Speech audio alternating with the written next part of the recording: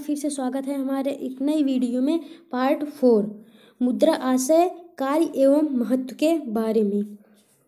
चलिए हम आगे बताते हैं आपको। मुद्रा अर्थ विज्ञान की धुरी है। वैसे तो पिछली वीडियो में हमने आपको तीसरी वीडियो में आपको मैं आर्थिक दासता से मुक्ति के बारे में जो बताई थी, उसमें जो लास्ट वाली हेडिंग थी कि जो है वस्तुतः मुद्रा ने स्वतंत्रता और प्रतिस्पर्धा स्थापित करके सामाजिक और आर्थिक दासता से मुक्ति दिलाई थी। इसमें जो लास्ट वाली लाइन बची थी, इसका मतलब ये था कि जो हमारी मुद्रा है ये हमारे देश को स्वतंत्र करा दी। स्वतंत्रता का मतलब कि मुद्रा के कारण हमारा ये जो देश है ये स्वतंत्र हो चुका है, या हमारा जो जीवन है ये स्वतंत्र हो चुका है। प्रतिस्पर्धा का मतलब होता है भाग लेना, पार्टिसिपेट करना किसी भी खेल में या किसी भी चीज़ में। इन सब से हमें जो है कि इन सब की गुलामियों से हमें मुक्ति दिला दी है मुद्रा ने। चलिए अब हम अपनी इस वीडियो की कहानी चालू करते हैं। मुद्रा अर्थ विज्ञान की धुरी है, मतलब कि जो हमारी मुद्रा है ये एक विज्ञान की धुरी मानी गई है। आधुनिक समय में मुद्रा का अर्थ विज्ञान की धुरी है। आज के समय में मुद्रा का अर्थ है कि विज्ञान की वह धुरी मानी गई है।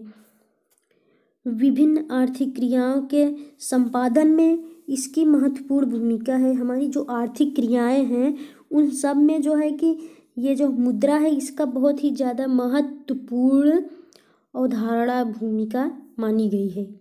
प्रोफेसर पीगू के विचार के अनुसार अर्थशास्त्र में प्रत्येक प्रयत्न घटना या वस्तु को नापने एवं एकमात्र मापदंड मुद्रा ही है।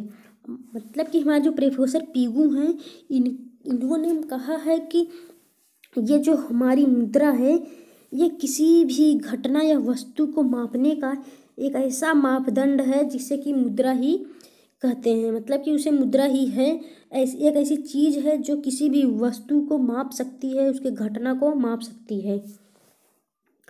अर्थशास्त्र के सभी क्षेत्र उपभोग, उत्पादन, विनिमय, वितरण एवं राजस्व सभी मुद्रा की क्रियाशीलता पर आधारित हैं।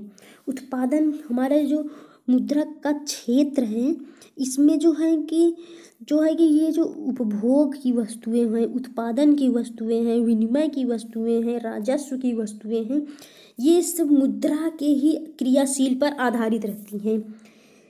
इसका विवरण निम्न है, आगे देखते हैं। आइए, उपभोग क्षेत्र में क्या महत्व है।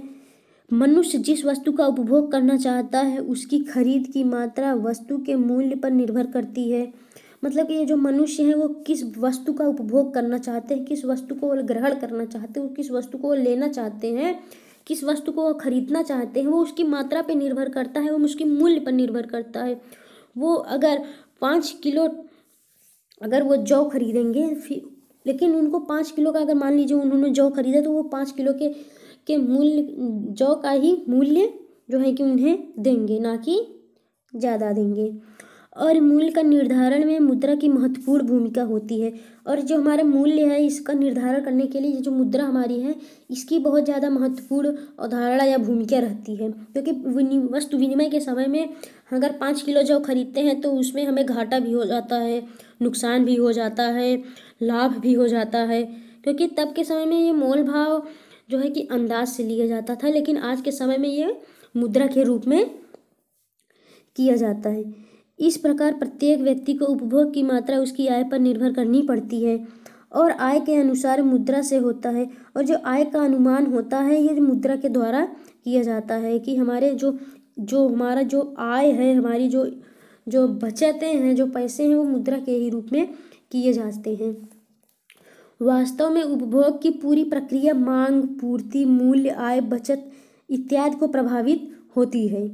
जो हमारी ये उपभोग की पूरी प्रक्रिया है ये मांग पर, पूंजी पर, मूल्य, आय, बचत इन सभी वस्तुओं पे आधारित, इन चीज़ों पे आधारित रहती है हमारी मुद्रा, जिसका निर्धारण मुद्रा के बिना संभव नहीं है।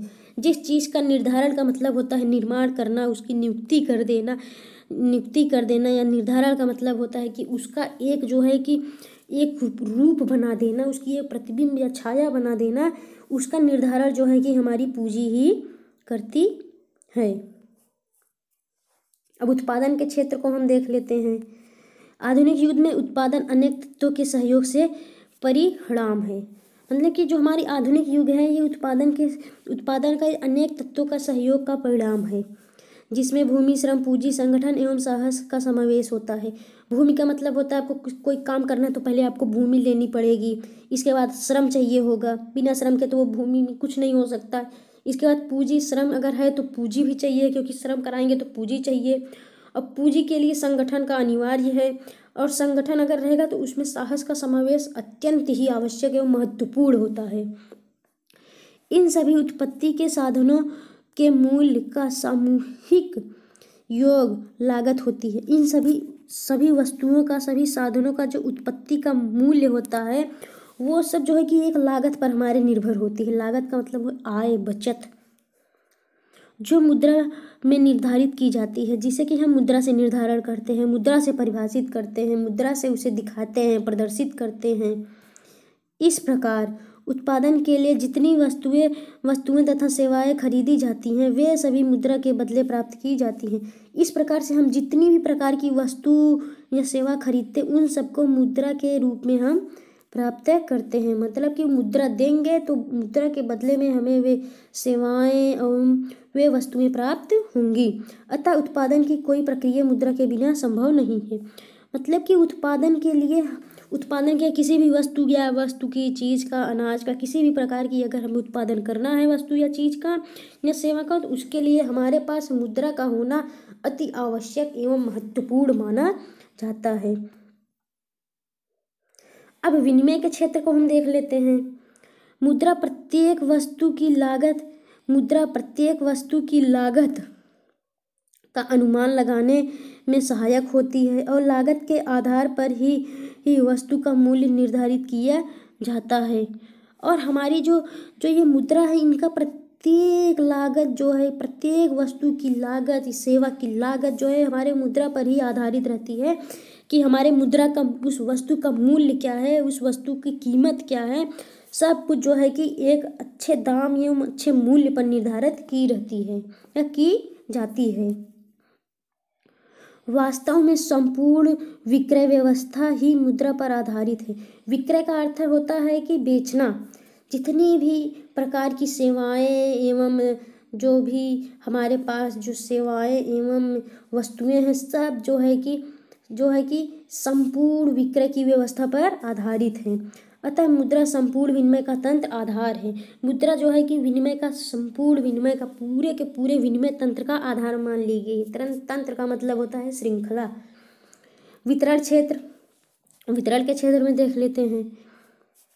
माल का उत्पादन कर लेने के पश्चात भूमि का लगान, पूंजी का ब्याज, श्रमिक की मजदूरी तथा वेतन साहसी एवं लाभ का निर्धारण तथा वितरण करना आवश्यक होता है।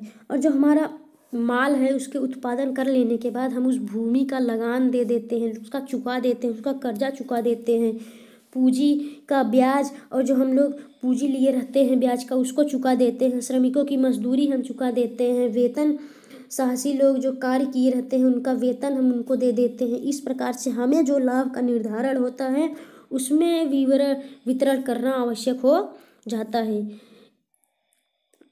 इन सब का प्रतिफल मुद्रा में निर्धारित होता है। अतः वितरण की प्रक्रियाओं का आधार भी मुद्रा ही है। मतलब कि वितरण की जो प्रक्रिया है इसमें भी मुद्रा का आधार बहुत ही ज़्यादा महत्वपूर्ण है। राजस्व के बारे में जान लेते हैं। कल्याणकारी राज्यों की स्थापना के साथ ही राज्य के आर्थिक क्रियाओं में हस्तक्षेप बढ़ गई है। मतलब कि राजस्व जो हमारा ये कल्याणकारी राज्य है इन सब में भी मुद्रा का हस्तक्षेप इतना ज़्यादा आर्थिक क्रिया में बढ़ गया है कि जो है कि कोई भी कार्य हो वो मुद्रा के बिना नहीं होता। सरकार उचित कर निर्धारण, व्यय तथा ऋण की नीति के द्वारा आर्थिक क्रियाओं को प्रभावित कर सकती है। मतलब कि ये जो सरकार जो है उचित हमें निर्धारण दी है व्यय का, ऋण का, आदि आर्थिक क्रियाओं को प्रभावित करती रहती है वो हमारे जीवन में। किंतु मुद्रा के अभाव में सार्वजनिक व्यय और आय की क्रिया संचालित नहीं की जा सकती। लेकिन आज के समय में हमारी जो आय है इसमें जो है कि किसी भी प्रकार की सार्वजनिक क्रियाएं संचालित नहीं की जा सकती, बाहरी चीज़ें। वस्तुतः मुद्रा हमारी समस्त आर्थिक क्रियाओं में के प्रेरक शक्ति है। मतलब कि वास्तव में अच्छी वस्तुतः मतलब कि एक रूप से मुद्रा हमारे आर्थिक जीवन में हमारे आर्थिक क्रिया को एक प्रेरक के रूप में शक्ति प्रदान करती है। मुद्रा अर्जन की प्रेरणा से ही आज सारा भूमंडल क्रियाशील है। मुद्रा अर्जन का मतलब है मुद्रा प्राप्ति, अर्जन का मतलब होता है प्राप्त कर लेना, ग्रहण कर लेना। मुद्रा की प्रेरणा से ही हमारा सारा जो भूमंडल है मतलब कि जो भूमि स्थल है ये क्रियाशील है, क्योंकि मुद्रा से ही सारी चीज़ें चल रही हैं। आधुनिक युग में मुद्रा के बिना मानव की समस्त आर्थिक क्रियाएं संभव नहीं है। आज के युग में बिना मुद्रा के किसी भी प्रकार के मानव को किसी भी आर्थिक क्रिया को संभव है ही नहीं। बिना मुद्रा के वो कोई कार्य कर ही नहीं सकता, वो चाहे किसी भी प्रकार के कार्य हों।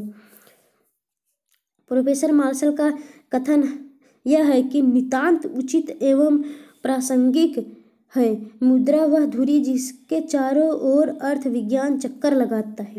प्रोफेसर मार्शल के कहने का मतलब ये है कि जो हमारा जो मुद्रा है ये उचित एवं प्रासंगिक है, क्योंकि ये बहुत ही उचित एवं महत्वपूर्ण है। मुद्रा वह धुरी है जिसके चारों ओर हमारा जो अर्थ विज्ञान है ये चक्कर लगाता जा रहा है, लगाता जा। जैसे सूर्य की परिक्रमा हमारे जो जो 8 ग्रह मिलके करते हैं, बुध शुक्र पृथ्वी मंगल बृहस्पति शनि अरुण वरुण, इसी तरह से जो मुद्रा है इसके चारों ओर चक्कर हमारा विज्ञान का अर्थ विज्ञान लगाता है। आगे देखते हैं, यदि आज मुद्रा न होती हम आर्थिक विकास के उस शिखर तक कभी न पहुंच पाते। अगर आज के समय में मुद्रा न होती, वस्तु विनिमय प्रणाली ही चलती रहती, तो हमारे आर्थिक जो विकास हो रहे हैं, जिस शिखर पे हम लोग आज तक पहुंच रहे हैं, कोई यूएस जा रहा है तो कोई कहीं जा रहा है, कोई लंदन जा रहा है, वहाँ पर आज तक हम पहुंच ही नहीं पाते, क्योंकि वे बचत तो कर ही नहीं पाते, और बचत नहीं कर पाते तो वो आगे उस देश का उस राज्य का विकास हो ही नहीं सकता। जहाँ आज हैं मुद्रा के विशिष्ट गुणों और अद्वितीय लाभों के कारण ही मुद्रा को एक अच्छा सेवक कहा जाता है। मतलब कि ये जो मुद्रा के जो अच्छे कार्य हैं उन्हीं के कारण हम लोग मुद्रा को एक अपना अच्छा सेवक कहते हैं। लेकिन आप लोगों को मैं बता दूं कि मुद्रा के दोष भी बहुत सारे हैं। लाभ तो आप लोग जान ही हैं कि मुद्रा के लाभ इतने सारे हैं, वो हमारे जीवन में कितनी महत्वपूर्ण है हमारा जीवन यापन करने के लिए। लेकिन मुद्रा के दोष भी हैं कई प्रकार के, जैसे कि मुद्रा अगर आविष्कार है तो हमारे लिए एक जो है कि विनाशकारी कारण भी बन सकती है। आगे चलते हैं, मुद्रा के दोष के बारे में हम लोग जान लेते हैं। वस्तुतः मुद्रा में अनेक गुण हैं, यथापि यह मानव के लिए एक अमिश्रित वरदान नहीं है। मतलब कि मुद्रा तो अनेक गुण हैं अच्छे, लेकिन वो हम मानवों के लिए एक अमिश्रित वरदान नहीं है। मतलब कि एक अच्छा जो है कि वरदान नहीं है। हाँ, मुद्रा हमें भी चला सकती है, हम मुद्रा को भी चला सकते हैं। अगर हमारे पास उतनी काबिलियत है तो हमारे पास मुद्रा है, हम उसको चला सकते हैं। लेकिन अगर हमारे पास काबिलियत नहीं है, हमारे पास वो व्यवस्थाएं नहीं है, वो चीज़ें नहीं है, वो गुण नहीं है, हमारे पास वो क्षमता नहीं है, तो मुद्रा ही हम लोगों को चलाएगी, ना कि हम लोग मुद्रा को चलाएंगे। और मुद्रा अगर हमें चलाएगी तो हानि ही होगा। आपके ऊपर जो है कि बोझ पे बोझ लगते जाएंगे, कर्ज पे कर्ज आते जाएंगे। लेकिन अगर हम मुद्रा पे काबू पा लेंगे तो हम जो है कि एक अच्छे एवं सफल व्यवसायी हो सकते हैं या एक व्यक्ति हो सकते हैं। माफ कीजिएगा। मुद्रा के कारण अनेक बुराइयां एवं दुष्प्रवृत्तियां जन्म ले रही हैं। मुद्रा के कारण अनेक बुराइयां एवं दुष्प्रवृत्तियां जन्म ले रही हैं। अनेक बुराइयों का मतलब होता है कि कोई मुद्रा के लिए किसी को मार दे रहा है जान से, किसी को कुछ कर दे रहा है। दुष्प्रवृत्तियों का मतलब होता है कि वाहियातें हरकतें कर रहे हैं इत्यादि, और निरंतर बढ़ रही है। और ये जो है कि निरंतर बढ़ती भी जा रही है मुद्रा की वजह से। मुद्रा एक अच्छा सेवक है किंतु बुरा स्वामी भी है। जैसे कि मैंने आपको बताया ना कि हम लोग अगर काबिल होंगे मुद्रा को चलाने का, वो एक अच्छा सेवक है लेकिन वो बुरा स्वामी है। सेवक तो अच्छा है लेकिन स्वामी बुरा है, क्योंकि सेवक है तो वो हमारे लिए अच्छा ही काम करेगा। हम जो भी करेंगे वो उसको अपने लाभ के लिए करेंगे। अगर वो स्वामी बन जाएगा तो हम उसके नौकर बन जाएंगे। चलिए आगे देखते हैं। मुद्रा एक आवश्यक बुराई है। जो हमारी मुद्रा है ये एक आवश्यक बुराई भी है, एक महत्वपूर्ण बुराई भी है। मुद्रा एक बहुमूल्य किंतु भयावह आविष्कार है।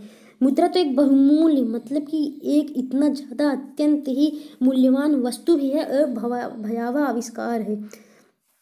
मतलब कि मुद्रा के अगर आप ढेर सारी पैसे लेके जा रहे हैं कहीं पे, तो कोई आपका पीछा करके आप कर भयावह जो है कि संकट डाल सकता है, आपको मार सकता है, आपको धमकी दे सकता है, आपके सारे पैसे ले सकता है, आपके पूरे जीवन की जो आपकी कठिन परिश्रम मेहनत है उन सबको वो एक मिनट एक क्षण में ही वो समाप्त कर सकता है।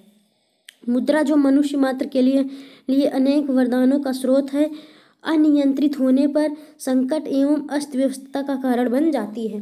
मुद्रा तो हम मनुष्यों के लिए एक वरदान का स्रोत है, लेकिन वो अगर अनियंत्रित हो जाएगी, अगर तुम्हारे नियंत्रण से वो हट जाएगी तो अनेक संकटों एवं अस्ता व्यवस्था का कारण बन सकती है। अनेक संकट के मतलब होता है कि अगर आप जा रहे हैं तो कोई आपका छीन लेगा, आपकी कोई पैसे छीन लेगा, कुछ भी कर सकता है। अस्त व्यवस्था का मतलब होता है कि आप पे चोरी का इल्ज़ाम लग सकता है, आपके पास ज़्यादा पैसे आ जाएंगे तो आपके ऊपर जो है कि इनकम टैक्स का वो लग सकता है, इत्यादि बाकी सारे बातें। मुद्रा के प्रति उपयुक्त विरोधी विचारधारा इसके दोषों एवं प्रयोग में उत्पन्न दंड वृत्ति के कारण उत्पन्न हुई मुद्रा के दोषों को 3 श्रेणियों में वर्गीकृत किया गया है। मतलब कि हमारी जो मुद्रा है इनके अनेक विरोधी हैं जिनका दोष उत्पन्न किया गया है अनेक दंडों के माध्यम से। मुद्रा के दोषों के 3 श्रेणियों को वर्गीकृत किया गया है। नंबर 1 आर्थिक दोष, सामाजिक दोष, नैतिक दोष। आर्थिक दोष का मतलब होता है जैसे कि कोई अगर व्यक्ति है तो चतुराई कर लेगा, किसी व्यक्ति से अधिक मुद्रा ले लेगा, इन सब बातों में। सामाजिक मतलब कि लोगों के द्वारा, नैतिक मतलब कि आपसी। आगे देखते हैं मुद्रा के आर्थिक दोष। मुद्रा के कारण समाज में निम्नलिखित बुराइयों एवं दोषों का बल मिला है। मतलब कि मुद्रा को अनेक बुराइयों का दोषों का बल मिल चुका है। से आर्थिक शक्ति का संकेंद्रण, मुद्रा औद्योगिक व्यवस्था का आधार है। अतः समाज में कुछ व्यक्तियों ने चतुराई एवं अत्यधिक मुद्रा संग्रह कर ली है और उत्पादन साधनों की अपने हाथों में संकेंद्रित कर लिया है। अविकसित देश में आर्थिक सत्ता एवं केंद्रण का प्रभाव राजनीतिक सत्ता पर भी पड़ता है, जिसके परिणाम स्वरूप इन देशों की संपूर्ण राजनीतिक एवं आर्थिक नीति कुछ व्यक्तियों के हाथ की कठपुतली मात्र ही रह गई हैं। कहने का मतलब ये तात्पर्य ये है कि हमारी ये जो मुद्रा है ये मतलब कि हम साधनों के लिए इन साधनों के अपने हाथ में इतनी अच्छी तरह से केंद्रित किया हुआ है कि जो देश अविकसित हैं उनके ये संकेंद्रण में आके, उनके ये केंद्र में आने के बाद वो राजनीतिक सत्ता पर किसी भी प्रकार का कोई भी प्रभाव पड़ने ही नहीं देते, जिससे कि वो राज्य जो है कि वो देश जो है कि बढ़ोतरी कर सके, वो अग्रसर हो सके, वो जो है कि गतिवान हो सके। जिसके कारण जो हमारे ये देश है राजनीतिक का, आर्थिक का, ये केवल इन मुद्राओं के कारण ही उनकी एक हाथ की कठपुतली के समान हो गया है। वो मुद्रा चल ही नहीं सकती, उनके वो जिस तरफ उसे डाल देंगे, जिस तरफ ढाल देंगे वो बेचारे ढल जाते हैं। उसी तरह से ऋणग्रस्तता में वृद्धि, आगे देख लेते हैं। मुद्रा ने ऋण व्यवस्था की सुविधाजनक बना दिया है। मुद्रा जो है ऋण व्यवस्था को इतना सुविधाजनक बना दिया है जिससे उधार लेने की अदा को प्रोत्साहन मिलता है, जिससे कि हम उधार भी ले सकते हैं, इससे हमारा प्रोत्साहन बढ़ेगा। गरीब देश में भी ऋण लेकर संपन्न होने की प्रवृत्ति बढ़ गई है और जो गरीब देश हैं वो लोग भी जो है ऋण लेके अपना मौज करते हैं। इस कारण अर्धविकसित एवं विकासशील देश ऋण के चलते रहते हैं, उन्हें भारी राशि के द्वारा ब्याज चुकाना पड़ता है। इसका एक उदाहरण ले लीजिए, मान लीजिए कोई देश है, आप भारत के देश से वो 1 लाख रुपए या 1 करोड़ रुपए ले लेता है और वो इस तरह से वो दर प्रतिदर ऋण लेते रहता है हर एक देशों से। एक समय ऐसा आता है कि उसके पास कुछ बच ही नहीं जाता और जब देश उससे अपना ब्याज सहित पैसा मांगने लगते हैं तो वो चुकाने में उसे असमर्थ हो जाता है, जिससे उनके देश की तो विकास कभी हो ही नहीं सकती, क्योंकि जिस देश में मुद्रा की कमी होती है उस देश में कभी भी जो है कि विकास हो ही नहीं सकता। व्यापारिक चक्रों को जन्म, मुद्रा के कारण मंदी तथा आर्थिक तेजी को जन्म मिलता है। मुद्रा की मांग तथा पूर्ति में असंतुलन होने से ही तेजी से मंदी का दौर आते हैं, जिनका उत्पादन, आय, रोजगार तथा व्यावसायिक उद्योग में प्रतिकूल प्रभाव पड़ता है। इसका अर्थ ये होता है कि हमारी ये जो मुद्रा का ये जो जो जन्म हो रहा है आर्थिक जीवन में, इसका जो मांग है वो असंतुलित होता जा रहा है और तेजी से मंदी का कारण वो हमारे जीवन में बनता चला जा रहा है, जिनका उत्पादन, आय, रोजगार तथा व्यवसाय व उद्योग पर प्रतिकूल प्रभाव नहीं पड़ने देता। मुद्रा में मूल्य में स्थिरता का अभाव। मुद्रा का गंभीर दोष यह भी है कि मुद्रा के मूल्य में निरंतर परिवर्तन होते रहते हैं। इन परिवर्तनों के कारण आर्थिक जीवन में अनिश्चितता उत्पन्न होती है और इन्हीं परिवर्तनों, जो हमारे आर्थिक जीवन में परिवर्तन होते रहते हैं, इनसे जो हमारा ये जीवन है ये सबसे ज़्यादा वो कठिनाई में चले जाते हैं। इससे हमारे उद्योग में, व्यापार में हानियाँ होती रहती है, हमारे वाणिज्यिक व्यवसाय में, और वो सरकार के घाटे में वृत्ति को अपनाने में बड़ा अस्त्र मिलता है। और जो सरकार के घाटे होते हैं उनको जो है कि बढ़ावा देने में, अपनाने में उनको बहुत ही बड़ा अस्त्र मिल जाता है, जिससे मुद्रास्फीति स्थिति विद्यमान है। जिससे मुद्रास्फीति का मतलब है मुद्रा की घटना, स्फीति का मतलब होता है घटना। मुद्रा की मांगें घट जाती हैं, मुद्रा का माप घट जाता है, जिससे सामान्यतः जनता तथा विशेषकर निश्चित आय वाले व्यक्ति से बहुत कष्ट होता है। जिससे कि हमारी ये जो सामान्य जनता है, इसे जो है विशेष करके अनेक प्रकार की निश्चित आय में उनको जो है कि बहुत ज़्यादा कष्ट हो जाता है कि वे क्या करें। आगे देखते हैं, वर्ग संघर्ष का उदय। मुद्रा की शक्ति के बल पर समाज के कुछ व्यक्ति हमारे जो हैं, उन लोगों के कारण जो है कि हमारी ये जो मुद्रा है इनमें इतना ज़्यादा जो है कि संघर्ष नहीं हो पाता। वे बेचारे इतने ज़्यादा जो है कि इतने ज़्यादा वो लोग बदल जाते हैं समाज के प्रति। उनके मुद्रा की शक्ति उनके पास रही नहीं जाती कि वो मुद्रा को चलाएं, तो चलाएं कैसे, वो इतने असमर्थ हो जाते हैं कि प्रायः पूंजीवादी देश में अमीर और गरीब अथवा हुजूर तथा मजूर दो वर्ग में बन जाते हैं, जिससे समाज में संघर्ष की स्थिति बनी रहती है। मतलब कि वे इतने गरीब भी हो जाते हैं कि वो गरीब को हुजूर और मजूर बोलेंगे। देखते हैं मुद्रा के सामाजिक दोष, प्रतिष्ठा का मापदंड। अब चलिए थोड़ा सा ही बचा है, उसको फटाफट पूरा कर लेते हैं हम लोग। अधिक मुद्रा का अर्जन समाज में प्रतिष्ठा और सम्मान का मापदंड भी हो गई है। मतलब कि हमारे अधिक जीवन जो है मुद्रा को अर्जन करने से, प्राप्त करने में इतना जो है कि उस मुद्रा को हमारे सामाजिक दोष में इतना ज़्यादा जो है कि धोखेबाजी से, बेईमानी से, भ्रष्टाचार, दुष्कर्म इत्यादि बातों की धारणाओं से हमारी जो ये मूल्य है, जो हमारे मुद्रा की जो दोष हैं वो बढ़ते चले जा रहे हैं। चलिए देखते हैं, अधिकाधिक शोषण। मुद्रा के लोभ में समाज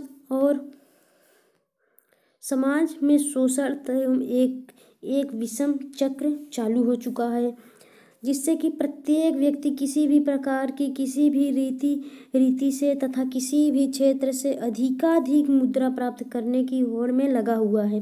मतलब वो हर प्रकार की चीज़ों को, मुद्रा को इतनी अच्छे से वो कर रहा है, जिससे कि आप बता नहीं सकते कि वो कितना ज़्यादा शोषण में वो चल रहा है।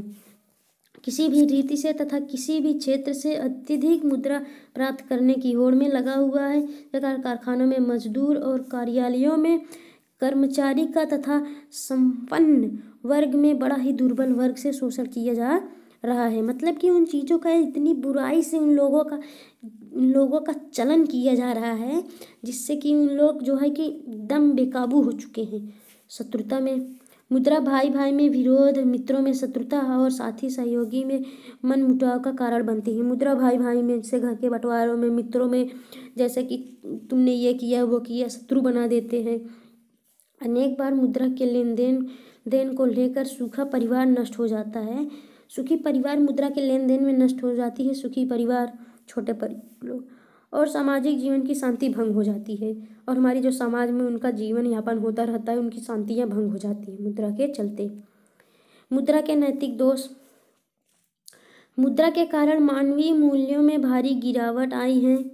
प्रेम, सदाचार, सद्भावना और मित्रता जैसी अभौतिक तत्वों को मुद्रा की मोह ने समाप्त कर दिया है।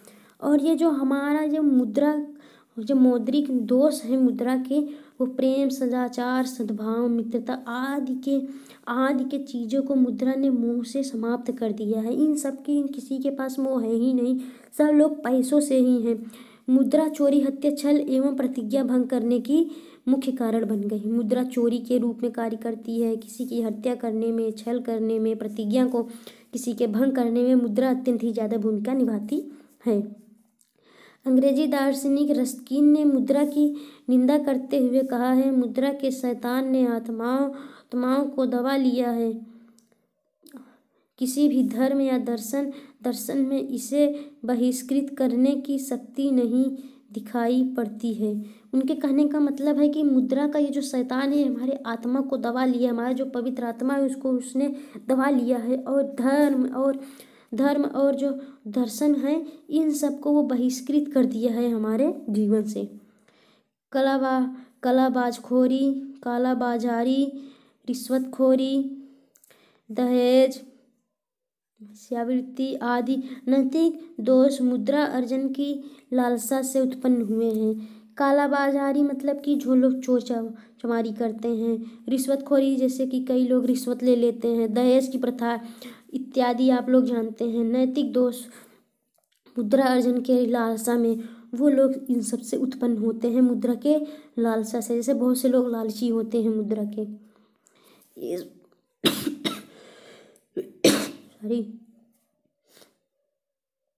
इस प्रकार मुद्रा मानव के नैतिक पतन का मुख्य कारण बन चुकी है। अब हम आपको थोड़ा सा निष्कर्ष बता देते हैं। मुद्रा का अंत अथवा नियंत्रण। मुद्रा का अंत एवं नियंत्रण कैसे हो सकता है? मुद्रा के उपयुक्त दोष हमें यह सोचने के लिए विवश करते हैं कि मुद्रा जो इतने दोषों तथा बुराइयों के लिए उत्तरदायी है, उनका अंत क्यों न कर दिया जाए, जो कि हमें इतना ज़्यादा जो है कि अंत की तरफ लेके जाता है। इस पर हम निरपेक्ष दृष्टि से विचार करते हैं तो इस निष्कर्ष पर पहुंचते हैं कि उपयुक्त दोष स्वयं मुद्रा के नहीं है, अपितु मुद्रा के अनुचित तथा अव्यवस्थित उपयोग से हैं। इसमें मुद्रा का कोई दोष नहीं है कि वो इन सभी बुराइयों के काम आ रहा है। उन सब का दोष मानव का है, जो कि मुद्रा को सही रूप से चला नहीं पा रहा है, उसको सही व्यवस्था दे नहीं पा रहा है। मुद्रा एक जड़ पदार्थ है जिसका उपयोग हम जिस प्रकार चाहें उस प्रकार कर सकते हैं। मुद्रा तो केवल जड़ है, हम लोग तना है, हम लोग जैसे चाहें उसे उस तरह से ढाल सकते हैं। जैसे जिस प्रकार चाकू का प्रयोग सब्जी काटने, फल काटने, कागज काटने आदि के लिए उपयोग किया जाता है, इसमें कोई उपयोगकर्ता अपनी नाक काट ले, चाकू उसका दोष नहीं है। आपको एक उदाहरण भी मिल गया कि अगर वो सब्जियों काटने के लिए चाकू का प्रयोग करता है तो उससे अगर उसके हाथ या नाक कट जाते हैं तो उसमें चाकू का कोई दोष न रहता, इसमें खुद का ही दोष रहता है। यह तो उपयोगकर्ता की नासमझी है। ठीक उसी प्रकार मुद्रा की उपयोग भी साधन के रूप में मानव सेवा के लिए महत्वपूर्ण आविष्कार है। जब मानव मुद्रा पर अपना नियंत्रण खो उठता है तो वो इन्हीं सभी अभिशाप को दुरुपयोग को बना के जन्म देती है। मतलब कि जब मनुष्य जो है मुद्रा से अपना नियंत्रण खो देता है, वो उससे बेकाबू हो जाता है मुद्रा, तो वो इन्हीं प्रकार के दुरुपयोग एवं अभिशाप को जन्म देती हैं। वास्तव में यह ठीक ही कहा है, मुद्रा एक अच्छा सेवक है किंतु बुरा स्वामी भी है। अतः हमारा कर्तव्य है यह मुद्रा की सेवक को रूप में बनाए रखना और मालिक न बनने देना। यदि मुद्रा को सेवक के भांति नियंत्रण में रखा जा सकता है तो मानव के आधुनिक समाज के लिए वरदान है। मतलब कि अगर हम मुद्रा को अपना सेवक ही बना के रखें तो हमारे लिए बहुत ही आवश्यक, इन मनुष्यों के लिए बहुत ही आवश्यक है, न कि उनको अपना जो है कि मालिक बना दें, स्वामी बना दें। मुद्रा का अंत करने की आवश्यकता नहीं है, क्योंकि मुद्रा नहीं होगा तो हम कुछ भी नहीं कर सकते। आवश्यकता है कि उस पर नियंत्रण लगाएं, और नियंत्रण से आर्थिक शक्ति का केंद्र बन चुकी है। मुद्रा के अनावश्यक संग्रह एवं लालच की प्रवृत्ति मुद्रा को अनावश्यक प्रसार एवं निरुत्साहित करने के प्रयास में करती रहती है। मतलब कि मुद्रा जो है वो जो है कि हमारे शक्ति एवं विकेंद्रीकरण को इतना ज़्यादा अस्त व्यस्त कर देती है कि मुद्रा के रहते हुए भी हम कुछ नहीं कर सकते अगर हम उस पे से अपना नियंत्रण खो चुके हैं। तो यहीं पर हमारा वीडियो जो है कि समाप्त होने वाला है, क्योंकि हमारे जो चैप्टर है मुद्रा से कार्य एवं महत्व ये समाप्त हो गया है। मैंने आपको पहली वीडियो में बताया था कि हम आपको जो है कि मुद्रा के कुछ बारे में बताएंगे कि मुद्रा हमारे भारत में 4 जगहों पर ढाले जाते हैं, जिसे कि हम टंकण कहते हैं, जहाँ पे सिक्कों की ढलाई होती है। तो आज हम उन 4 जगहों के नाम बताते हैं, ठीक है। चलिए हम आपको बता देते हैं, यहीं पर जो हमारे यहाँ पर इतना थोड़ा सा जगह खाली है हम आपको बता देते हैं, ठीक है। जैसे कि पहला तो है नोएडा में, आप लोग ध्यान से सुनते रहिएगा, मैं बता रही हूँ, आप लोग लिख लीजिएगा। हमारा जो है कि नोएडा में छपता है। आप लोग सिक्कों को लेके भी देख लीजिएगा, आपके घर पे तो चिल्लर होंगे ही 1 2 के 5 के 10 के 20 के, तो आप देख लीजिएगा जो नोएडा का होगा, नोएडा के जो नोएडा का चिन्ह होगा, अब जिस तरफ एक राज्य चिन्ह होता है हमारे, जिस तरफ 4 सींग रहते हैं ना हमारे सिक्के में, मतलब कि हेड की तरफ, तो उसमें नीचे एकदम जहाँ पे सन दिया रहता है 2021 2022, वहाँ पे अगर डॉट का चिन्ह होगा, ये डॉट समझते हैं ना कि ये गोल, जहाँ पे गोला चिन्ह होगा वो नोएडा में छपा होगा।